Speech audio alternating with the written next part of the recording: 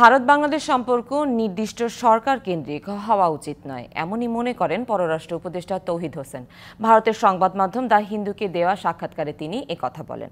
সোমবার প্রকাশিত এই সাক্ষাৎকারে উপদেষ্টা তৌহিদ হোসেন বাংলাদেশ ভারতের দ্বিপক্ষীয় সম্পর্ককে পরীক্ষায় ফেলা বেশ কিছু বিষয় নিয়ে কথা বলেছেন। এর মধ্যে রয়েছে সংখ্যালঘুদের উপর হামলা, ভারত থেকে শেখ হাসিনার বক্তব্য, বিবৃতি দেওয়া, সীমান্ত হত্যা, জেলেদের সঙ্গে দুর্ব্যবহার এবং আদানির বিদ্যুৎ প্রকল্প সংক্রান্ত বিষয়।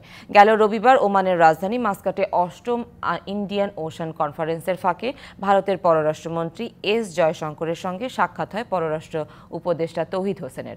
সেখানে আলোচনায় দুই দেশের সম্পর্ককে যেসব চ্যালেঞ্জ দেখা দিয়েছে সেগুলোর সমাধানে একই সঙ্গে কাজ করার ওপর গুরুত্ব আরোপ করা হয়। আগামী এপ্রিল মাসে থাইল্যান্ডের রাজধানী ব্যাংককে অনুষ্ঠেয় বিমস্টেক শীর্ষ সম্মেলনের ফাঁকে ভারতের প্রধানমন্ত্রী নরেন্দ্র মোদী ও বাংলাদেশের প্রধান উপদেষ্টা অধ্যাপক মোহাম্মদ ইউনূসের সাক্ষাৎ হতে পারে বলেও জানান তৌহিদ হোসেন।